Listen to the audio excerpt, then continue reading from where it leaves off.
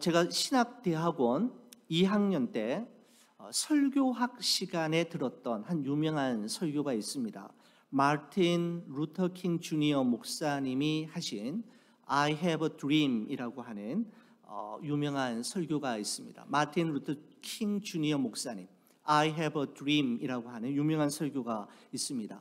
1963년 8월 28일 워싱턴 DC의 링컨 메모리얼에 무려 25만 명의 사람들이 운집했던 그곳에서 이루어졌던 설교인데, 그 설교 역사상 정말 길이 남는 그런 설교문으로 유명한데, 그 설교문의 일부분이 이런 내용이 있습니다. 나에게는 꿈이 있습니다. 언젠가 이 나라가 모든 인간은 평등하게 태어났다는 것을 분명한 진실로 받아들이고 그 진정한 의미를 믿음으로 살아가게 되는 날이 오리라는 꿈입니다. 언젠가는 조지아의 붉은 언덕 위에서 예전에 노예였던 부모의 자식과 그 노예의 주인이었던 부모의 자식들이 한 형제처럼 식탁에 함께 둘러앉는 날이 오리라는 꿈입니다. 언젠가는 불의와 억압의 열기에 신음하던 저 황폐한 미시시피주가 자유와 평등의 오아시스가 될 것이라는 꿈입니다. 나에게는 꿈이 있습니다. 나의 자녀들이 피부색이 아니라 인격에 따라 평가받는 그런 나라에 살게 되는 날이 오리라는 꿈입니다 라고 하는, 여러분, 그 설교문의 일부분입니다마는 대단히 그때 함께 수업을 들었던 우리 동료 학생들에게 도전이 되는 그런 설교였습니다. 여러분, 인류의 역사는 차별과 구별의 역사로 점철되어 왔다라고 해도 과언은 아닌 듯합니다. 사람의 마음 깊은 곳에는 나와는 다른 사람들을 구분하고 구별지어 차별하고자 하는 마음이 잠재해 있습니다. 여러분, 제가 어릴 때만 해도 살색이라는 표현을 참 많이 사용했습니다. 사람의 피부 색깔로 백인과 흑인, 황인종으로 구분하고, 백인은 월등한 존재이고 흑인은 열등한 존재로 차별하면서 혐오했던 시절이 있었습니다. 인종차별이나 아시안 혐오 범죄와 같은 많은 이야기들이 예전에도 있었고 오늘날에도 끊임없이 생산되고 있습니다만은, 제가 들은 이야기 중에는 이런 이야기도 있습니다. 아프리카로 가는 비행기 안이었습니다. 한 백인 승객이 아주 화가 나서 노발대발하고 불쾌감을 노골적으로 드러내고 있는 시츄에이션이었습니다. 왜냐하면 자기가 앉은 옆자리에 흑인이 앉게 되었기 때문입니다. 화가 난 이 백인 승객은 스튜어디스를 불러서 당장 자리를 바꿔달라고 호통을 치고 으름장을 놓기 시작했습니다. 아주 당황했던 스튜어디스는 확인하며 다시 말씀드리겠노라고 하고 잠시 자리를 떠났다가 다시 돌아와서는 이야기합니다. 마침 1등석 자리 한 자리가 났습니다. 그러자 좀 전에 너무너무 화가 나서 분노하고 있었던 백인 승객이 1등석이라고 하는 말에 너무 기분이 좋아서 벌떡 일어서려고 할 때 스튜어디스가 이야기합니다. 선생님 말고 옆자리에 계신 분을 그 자리로 모시겠습니다 라고 했던 그런 이야기를 들은 적이 있습니다. 여러분, 야고보서 2장의 말씀은 참 믿음이 무엇인가, 성숙한 믿음이란 어떤 믿음인가에 대한 질문을 가지고 두 가지 중요한 정의를 우리에게 내리고 있는데, 야고보서의 전반부인 2장의 전반부인 2장 1절에서 13절까지의 말씀을 통해서 야고보는 성숙한 믿음이란 사람을 외모로 차별하지 않는 믿음, 이렇게 정의를 내리고, 후반부에 해당되는 2장 14절에서 26절까지의 말씀에서는 성숙한 믿음이란 말이 아닌 몸으로, 삶으로, 행함으로 증명하는 믿음이다, 이렇게 결론을 내리고 있습니다.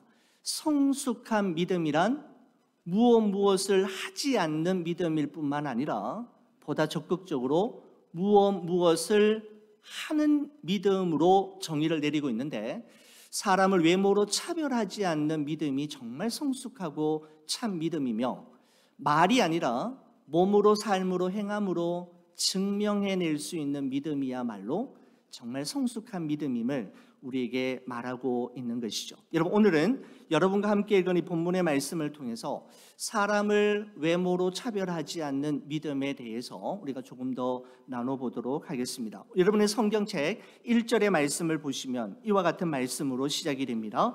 내 형제들아, 영광의 주 곧 우리 주 예수 그리스도에 대한 믿음을 너희가 가졌으니 사람을 차별하여 대하지 말라라고 말씀하고 있습니다. 영광의 주 예수 그리스도를 믿는 사람은 결단코 외모로 사람을 판단하고 차별하지 않는다라는 것이죠. 여러분, 여기서 말씀하고 있는 외모로 차별한다라고 하는 것은 한 사람의 가치를 그 사람의 학력과 재력, 직장과 가문 또는 생김새나 피부색 등 겉으로 드러난 특징을 가지고 평가하는 것을 이야기하는 것입니다. 여러분, 이런 관점에서 볼 때 예수님의 외모만 보아서는 어느 누구도 그를 흠모할 수 없고 하나님의 아들로 인정할 수 없는 외모를 가지신 분이 우리 예수님이셨습니다. 여러분, 이사야 53장의 말씀에 보면 이런 표현이 있죠.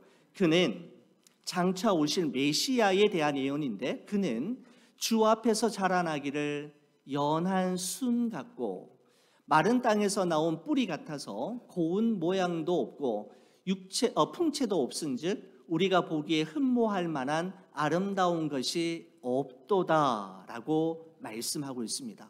온 인류를 구원할 메시아 정도 되시면 정말 반듯하고 건장하고 어느 누가 보아도 저분은 하나님의 아들이구나, 우리의 메시아이구나 라고 판단되어질 거라고 생각하는데, 성경은 전혀 그렇지 않을 것임을 말하고 있죠. 우리가 보기에 흠모할 만한 구석은 한 군데도 발견할 수 없을 것이다. 외모만 보아서는 그렇다는 거죠. 여러분, 또한 요한복음 8장의 말씀에 보면 유대인들이 예수님에게 했던 말입니다. 네가 아직 50세도 못 되었는데 아브라함을 보았느냐라고 하는 표현이 있습니다. 여러분, 공생의 사역을 이제 막 시작했던 30대 초반의 예수님을 향해서 그 시대의 사람들은 예수님이 50세 정도로 40대 말이나 50대 초반의 나이로 볼 정도로 예수님의 얼굴은 실제 나이보다 훨씬 더 나이 들어 보이셨던 것 같습니다. 바로 예수님의 모습에서 보이는 외모의 모습을 통해서는 그가 하나님의 아들이 될 만한, 사람들에게 흠모받을 만한, 사람들이 흠모할 만한 아름다운 점, 멋진 점을 발견할 수 없었다라는 것이죠. 여러분, 심리학에서는 사람의 첫 인상이 너무너무 중요하다고 이야기합니다.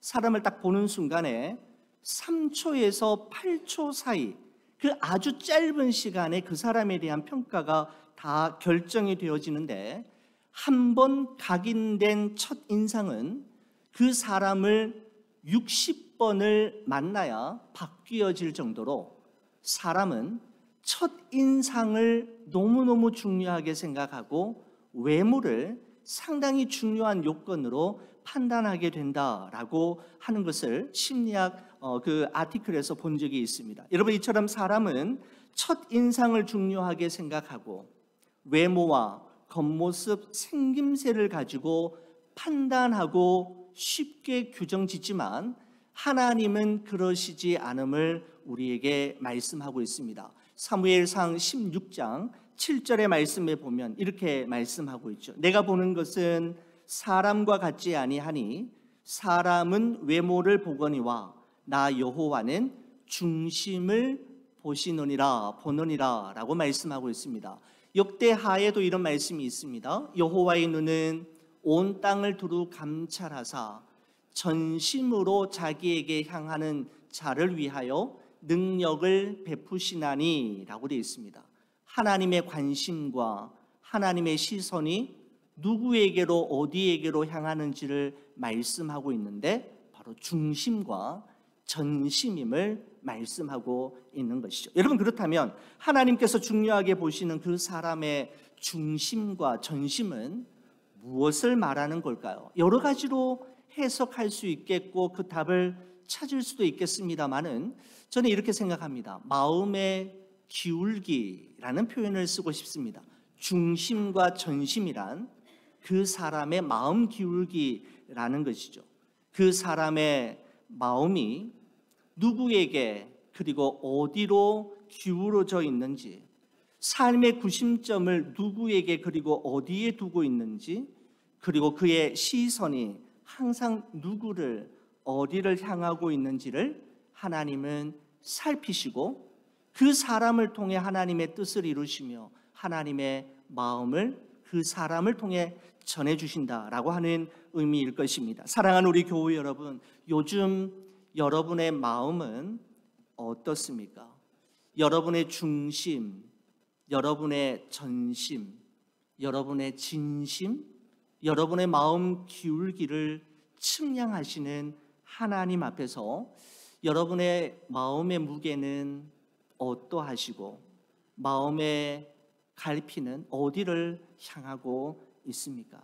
우리의 마음 중심이 언제나 하나님을 향해 정조준되어 있기를 축원합니다. 그때 우리는 다른 사람을 눈에 보이는 겉모습으로 외모로 판단하고 차별하는 실수를 범하지 않을 수 있게 되는 것이죠. 우리의 시선이, 우리의 마음이 하나님을 향해 집중하고 정조준되어 있을 때 그 눈으로 바라보는 세상과 사람은 달라 보이게 된다라는 의미입니다. 여러분, 그러면서 야고보는 유대인들의 예배 장소이자 삶의 구심점 역할을 했던 회당에서 일어난 일을 우리에게 소개하면서 한 걸음 더 깊은 곳으로 우리를 인도하고 있습니다. 2절 말씀 보시겠습니까? 이렇게 말씀합니다. 만일 너희 회당에 금가락지를 끼고 아름다운 옷을 입은 사람이 들어오고 남루한 옷을 입은 가난한 사람이 들어올 때에 라고 말씀하고 있습니다. 두 부류의 사람이 들어오고 있음을, 등장하고 있음을 이야기하는데, 여러분, 첫 번째는 어떤 사람입니까? 금가락지를 끼고 아름다운 옷을 입은 사람, 이렇게 이야기하고 있습니다. 여러분, 그 당시 부와 사회적 지위를 구별하는 대표적인 표시가 있었다면 그 사람이 끼고 있는 반지와 그 사람이 입고 있는 옷이었다고 합니다. 손가락에 뭘 끼고 있는가, 그 사람이 어떤 옷을 입고 있는가를 보면서 부의 정도와 그 사람의 사회적 지위를 판단하고 구분짓는 것이 그 당시에 그 사람의 관점이었다라는 것이죠. 여러분, 그런데 이 사람의 반지는 금반지였다라고 이야기하고 이 사람이 입은 옷은 아름다운 옷이었다라고 야고보가 이야기하고 있습니다. 아마 이 사람은 당시 로마 정부에서 일하는 공무원이었거나 상당한 재력가이었을 수도 있을 것입니다. 여러분, 두 번째 등장하는 사람이 남루한 옷을 입은 가난한 사람이다 이렇게 이야기했는데, 어느 누가 보아도 한눈에 행색이 초라하고 누군가의 도움을 각별히 필요로 하는 사람이겠다 싶습니다. 여러분, 어쩌면 야고보서 1장 27절에 등장했던 고아와 과부였을런지도 모를 일입니다. 여러분, 야고보는 이 두 사람이 유대인 회당, 유대인 공동체 안에 들어왔을 때를 소개하면서 그 공동체가 이 두 사람을 향해 어떠한 반응을 보였는지 우리로 하여금 시선을 집중하게 만드는데 3절의 말씀입니다. 너희가 아름다운 옷을 입은 자를 눈여겨보고 말하되 여기 좋은 자리에 앉으소서 하고, 또 가난한 자에게 말하되 너는 거기 서 있든지 내 발등상 아래에 앉으라 하면 이라고 되어 있습니다. 아름다운 옷을 입은 사람이 들어왔을 때 먼저 유대인 공동체는 눈여겨 그 사람을 주목했다라고 이야기하고 있으며, 여기 좋은 자리에 앉으소서라고 이야기했다라고 이야기합니다. 여러분, 그러나 가난한 사람을 향하여서는 눈여겨보았다라고 하는 표현이 없지요. 이렇게 이야기합니다. 거기 서 있든지 아니면 내 발등상 안에 앉든지 마음대로 편안한 대로 하라라는 것입니다. 자, 여러분, 이 구절에서 서로 대조가 되는 단어들이 계속해서 반복되고 있습니다. 여기와 거기, 좋은 자리와 내 발등상 아래, 앉으소서와 거기 서 있으라 라고 하는 표현들을, 서로 대조적인 표현들을 사용하면서 두 사람을 대하는 태도가 확연하게 달랐음을 야고보가 이야기하고 있는 것이죠. 그러면서 4절에 이렇게 이야기합니다. 너희끼리 서로 차별하며 악한 생각으로 판단하는 자가 되는 것이 아니냐라고 말씀하고 있습니다. 여러분, 이처럼 이 두 사람을 구별해서 부자는 환영하고 좋은 자리로 안내하였지만 가난한 사람은 무관심과 경멸의 눈길을 보내면서 그냥 거기 서 있거나 아니면 아무데나 앉으라고 하는 것은 바로 사람을 차별하는 것이고, 하나님의 형상대로 지음을 받은 그 사람을 무시하고 경멸히 여기는 행동임을 분명하게 지적하고 있는 것입니다. 여러분, 이러한 차별과 판단의 이유는 오직 한 가지였습니다. 무엇이었습니까?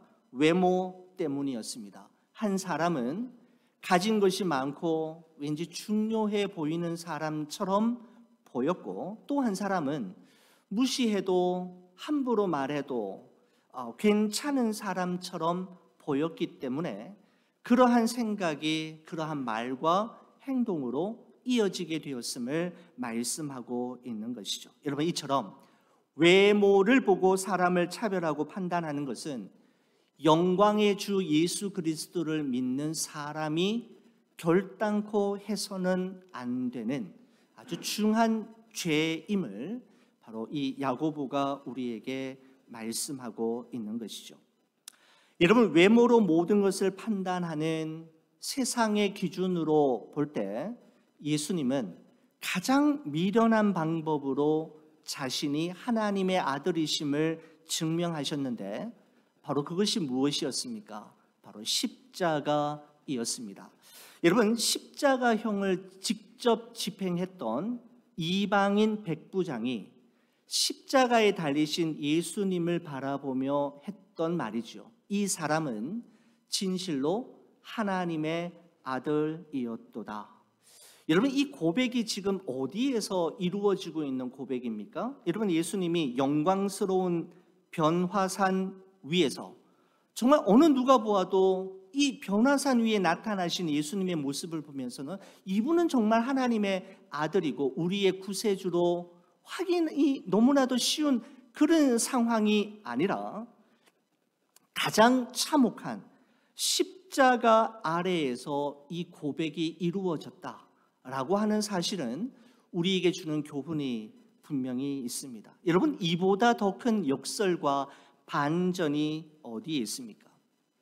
여러분, 그렇습니다. 외모로 사람을 차별하고 판단하는 것은 심각한 오류와 잘못을 범할 수 있을 뿐만 아니라 예수님을 믿는 사람들은 결단코 해서는 안 되는 일임을 말씀하고 있는 것이죠. 사랑하는 우리 성도 여러분, 우리 교회 안에서는 특별한 사람을 위한 더 좋은 자리가 없기를 간절히 기도합니다. 우리 교회 안에서만큼은 그 사람이 가진 것과 배운 것으로, 그 사람이 사는 것과 또한 일하는 곳으로, 그 사람의 외모와 입고 있는 것과 가락지를 낀 것으로 사람을 차별하고 규정짓는 일이 우리 공동체 안에서만큼은 결단코 일어나지 않기를 간절히 바랍니다. 여기에 모인 우리 한 사람 한 사람은 하나님이 보시기에 너무나도 존귀하고 귀하며 어느 무엇과도 바꿀 수 없는 특별한 존재이고, 서로가 이 사실을 인정하고 서로 존중하는 것이 바로 진정한 교회의 모습이기 때문입니다.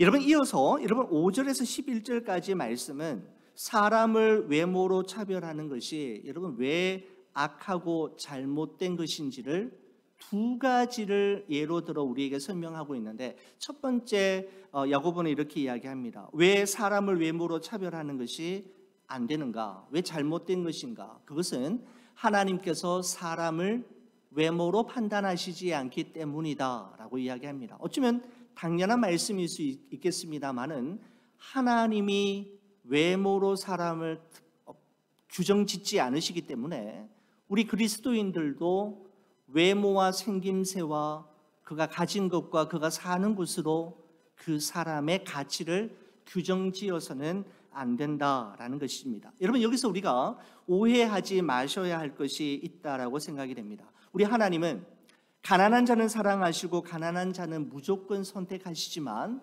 하나님은 부자는 싫어하시고 부자는 무조건 배척하신다, 이렇게 생각해서는 안 될 일입니다. 여러분, 이것이야말로 가장 전형적인 차별이고 외모로 사람을 판단하는 태도이지 않습니까? 여러분, 그렇게 볼 수는 없는 것이죠. 여러분, 중요한 것은 이것입니다. 하나님은 그 사람이 부자이든지 가난한 자인지 그것 보시고 그 사람의 가치와 인격과 삶을 평가하시는 것이 아니라, 부자이든 가난한 자이든 상관없이 그의 마음이 하나님께로 향하고 있는지, 그의 마음의 기울기가 하나님께로 기울어져 있는지, 범사에 하나님의 편에 서며 하나님의 시선에 자신의 시선 맞추기를 게을리하지 않고 있는지, 그가 가난한 자이든 부자이든 상관없이 그것을 보신다라는 것이죠. 외모가 아닌 중심과 전심 그리고 진심과 마음의 기울기를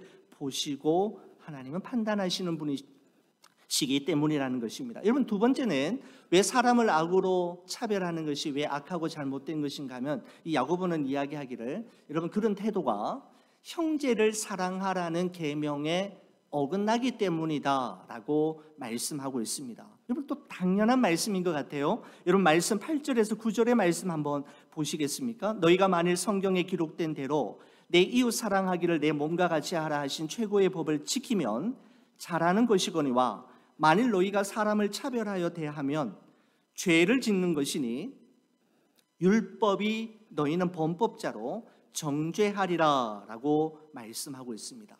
사랑은 잘하는 것이지만 차별은 죄를 짓는 것임의 분명함을 성경이 말씀하고 있습니다. 차별과 판단은 내 이웃을 내 자신과 같이 사랑하라라고 하는 주의 계명에 정면으로 도전하는 태도이기 때문에 그런 일이 악하고 하나님 보시기에 잘못된 것임을 야고보가 말씀하고 있는 것이죠. 여러분, 그렇다면 차별하는 대신에, 외모로 사람을 평가하는 대신에 우리 그리스도인들은 어떻게 살아야 할까요? 여러분, 오늘 이 본문에 대한 결론의 말씀이라고 할 수 있는데, 여러분 12절에서 13절 말씀 한번 보시겠습니까? 그는 대안으로 이렇게 이야기합니다. 차별이 아니라 이것이라는 거죠. 12절 13절입니다. 너희는 자유의 율법대로 심판받을 자처럼 말도 하고 행하기도 하라. 긍휼을 행하지 아니하는 자에게는 긍휼 없는 심판이 있으리라. 긍휼은 심판을 이기고 자랑하느니라 라고 말씀하고 있습니다. 차별을 극복하고 차별을 이겨내는, 넘어서는 비결은 바로 긍휼임을 말씀하고 있는 것이죠. 차별의 반대말은 평등이 아니라 야고보는 긍휼임을 우리에게 말씀하고 있습니다. 여러분, 긍휼이라고 하는 단어가 영어로는 mercy, compassion이라고 하는 단어를 쓰고 있는데, 여러분 긍휼, 히브리어로는 두 단어가 이 긍휼로 번역이 될 수 있습니다. 헤세드, 여러분 많이 들어보셨죠? 은혜, 자비, 긍휼로 번역될 수 있습니다.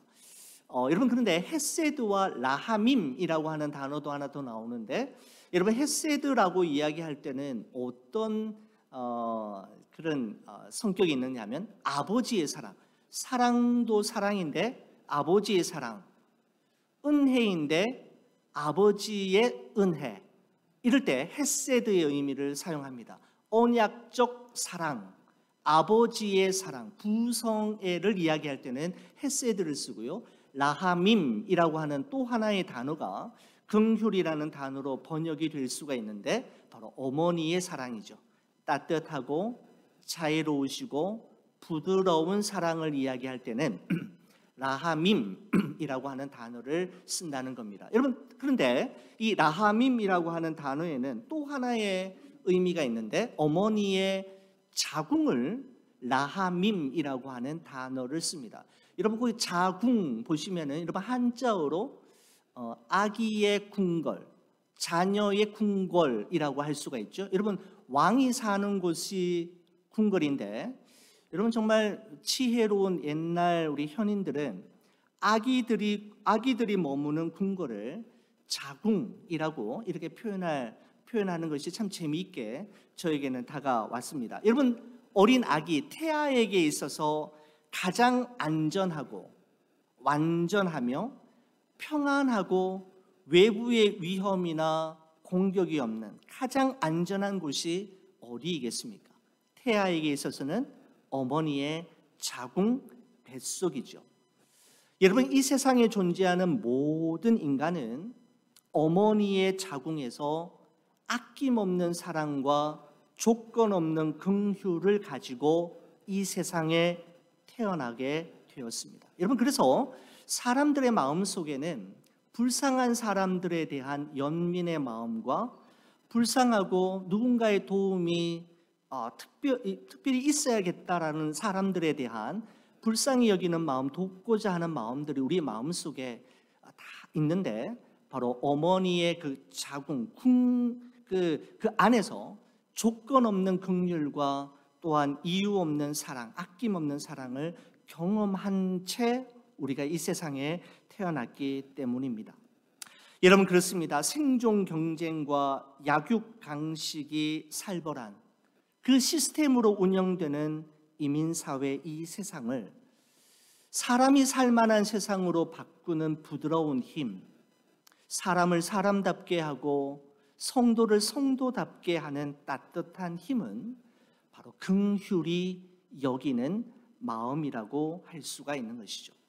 긍휼한 마음을 소유한 사람에게서 우리는 진정한 사람다움을 느낄 수 있고 크리스찬다움을 느낄 수가 있게 되는 것이죠. 여러분, 긍휼이 가진 또 하나의 의미는 여러분 이런 의미가 아닐까 싶습니다. 긍휼이란 내가 다른 사람의 입장이 되어 보는 것, 내가 다른 사람의 위치에 서볼 때 긍휼이라고 하는 마음이 우리의 마음 속에 생기는 것이죠.